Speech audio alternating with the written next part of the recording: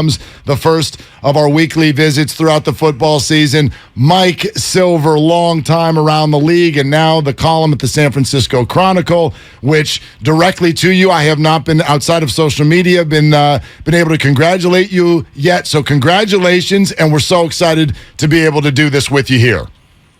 Thanks so much. I'm having a blast, and we're going to have some fun here. And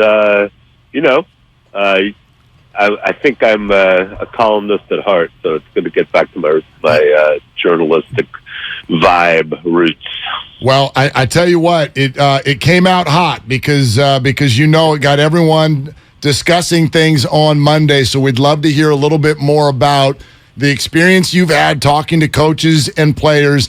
And maybe this was the case, I would think, even before Trey's injury. To what level do you feel like there, what was the percentage you would say of players and coaches who deep down felt like they were a better team with Jimmy Garoppolo?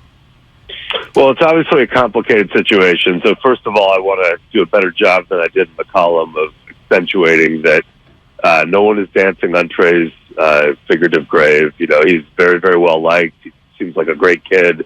A lot invested in him, and a lot of people rooting for him. And so certainly him suffering that injury was brutal, and everybody, I believe, sincerely felt that.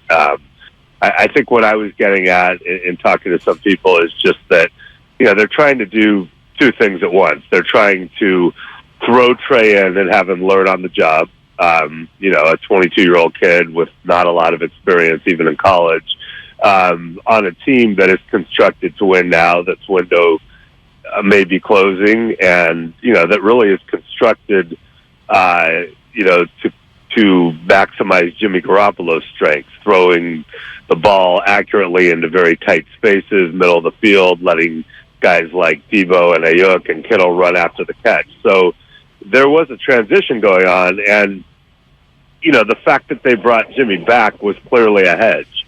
And to Kyle Shanahan and John Lynch, it was worth it. Yeah, there's going to be more drama.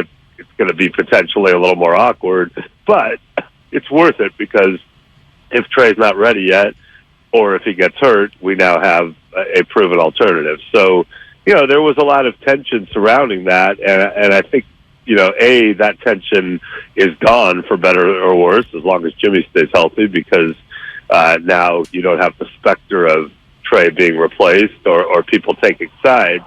But what I wrote about after the game was just the sense that, it felt very comfortable with Jimmy. It functioned at a more comfortable level. And I think, if you ask the percentages, I think most people, if you gave them truth serum in that building, would admit if you had to win a game right now, you'd have taken Jimmy Garoppolo over a healthy Trey Lance. And if you're talking about upside in the future, they're really, really excited about Trey. So, that's kind of what I tried to get at, and I do feel bad that it was perceived by some people as overly celebratory of Trey's injury. Perception's always in the eye of the beholder, and especially in a column. Being here on the radio, you can speak to it more eloquently and more fluently. But I want to go back to training camp and the notion of Trey Lance maybe not being ready. If he wasn't ready, or if there was a sentiment maybe that he wasn't going to be ready, why didn't they have Jimmy Garoppolo at least with a playbook and at least maybe getting some closer reps and being more in the fold as opposed to an 11th hour re-signing? Well, it's a fair question. I mean, I think the argument against getting him reps would be if he gets hurt, we are on the hook cap-wise for so much money, and it would really impact our ability to do other things. So I get that. Why was he not in meetings? In retrospect, you sure wish he would have been, right? I guess all I could say is I think it was an evolving situation. They clearly went into the offseason saying, Jimmy's gone, we're trading him, it's all Trey, he's the guy. The offseason played out. Maybe it wasn't going as smoothly as they hoped, and meanwhile, Jimmy had shoulder surgery and couldn't be traded. Kyle Shanahan said pretty unequivocally in July, we're not bringing Jimmy back. He's basically gone. So that was still the plan. But, as training camp, played out and, the limited preseason action, and he wasn't blowing them away with his readiness, perhaps, or it was at least uneven. And meanwhile, Jimmy was still kind of hanging around, and they felt like other teams were hovering, waiting to just claim him when he was inevitably cut. The idea of a compromise was broached. And again, it was a hedge, and it was, it was cost benefit, right? They were willing to pay the cost at that point of the drama because they knew it was coming and the weirdness. And obviously, it was the right move. Mike Silver, San Francisco Chronicle, with us every week here on Willard and Dibs, 95.7 The Game. Okay, Mike, I wonder if you can speak to the emotional state of Jimmy now. We know that he's a guy who just handles everything with a smile, but with everything he's been through with this organization, where do you think mentally he is now for what's in front of him this year and any potential for the future? Well, I mean, you alluded to Jimmy's temperament. It's really, really good for that situation, and has been, because there are a lot of things about Jimmy that might drive his coaches crazy, but I'll tell you one thing, in terms of being able to handle a very exacting head coach who's not afraid to let it out in real time, Jimmy's great when it comes to that, and I think he's probably better equipped to handle this situation than most quarterbacks I've been around. He does have a way of letting stuff bounce off him and trying to live in the moment and not being overly deep in his thought process or comprehensive, just staying, involved in the task at hand. But, he's also a human, and there's been a lot of time between that brutal NFC Championship game, heartbreaking NFC Championship game defeat, and last Sunday, and he certainly has had a lot of time to stew in this. So I don't think he's one of those guys who's like, "Ha ha, I'll show you," or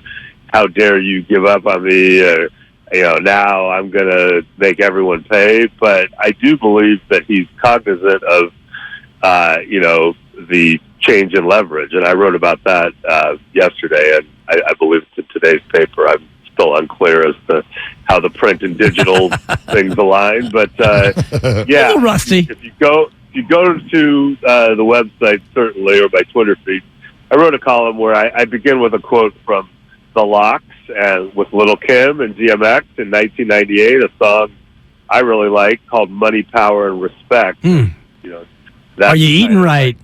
Yeah, he'll see the light. He can sleep at night. I mean, he got money in 2018, and he is in line to get more potentially. If he has a big year and the team does well, he will have power in a way that he is not, because now they can't tag him. They can't trade him against his wishes. Instead of being able to bleed it out till April or this year till August, as it's been in the past, he'll be the one who is definitely going to be free at the start of the league year. And so I would just say this.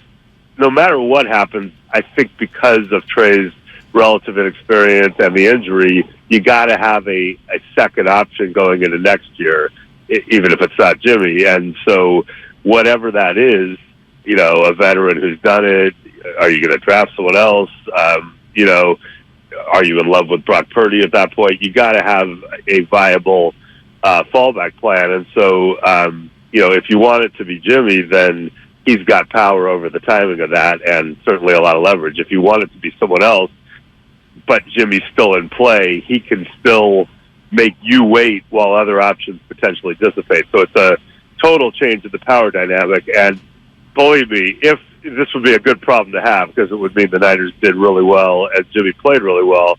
But if we get to that point, then I believe the respect would finally arrive. And I think maybe Don Yee, the biggest winner in all of this, as he sits back. Don't ruin the segment. Come on, man.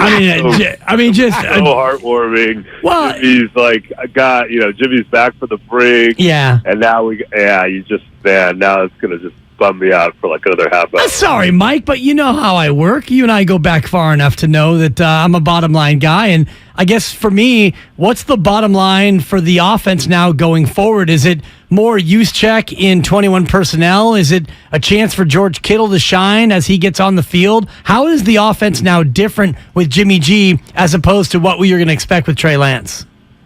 I mean, I think it's more like what you're used to, right?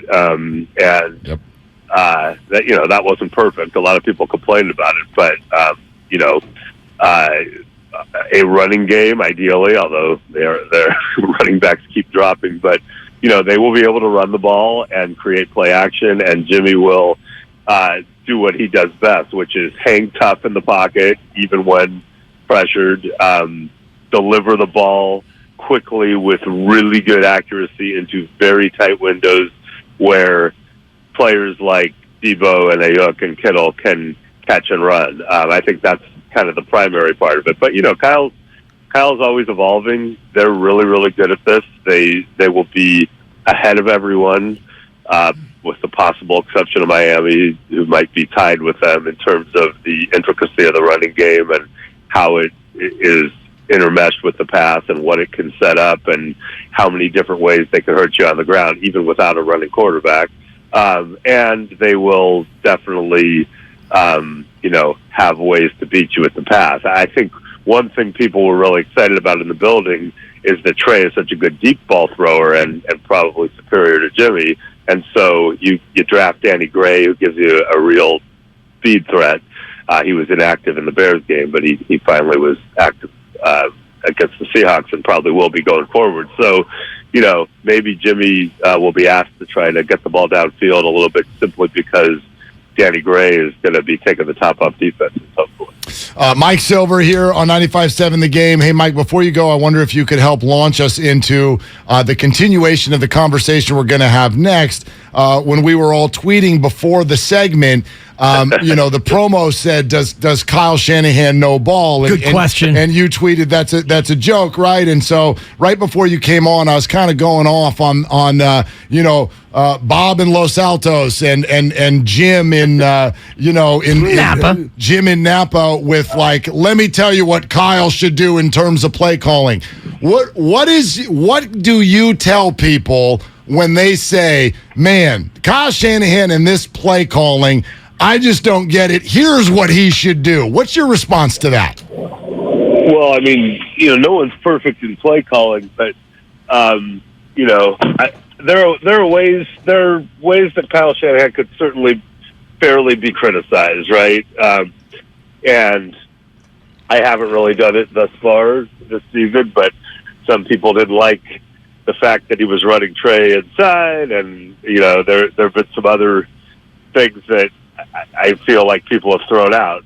If you're going to criticize Kyle Shanahan's knowledge of the game or game planning acumen as an offensive strategist, you're probably tripping. I think if you took a poll of everyone in football who knows scheme and said who's furthest ahead of everything, he'd probably win.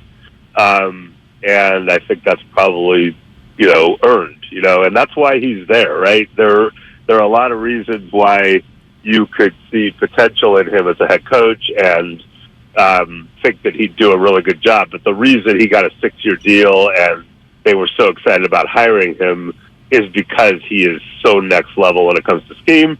And look, they were leading in the fourth quarter of a Super Bowl. They almost went to one last year, were arguably a dropped interception away from winning it last year if it plays out. So, I understand why people get frustrated and want to blame. But if you're going to blame them for something, don't do it on scheme.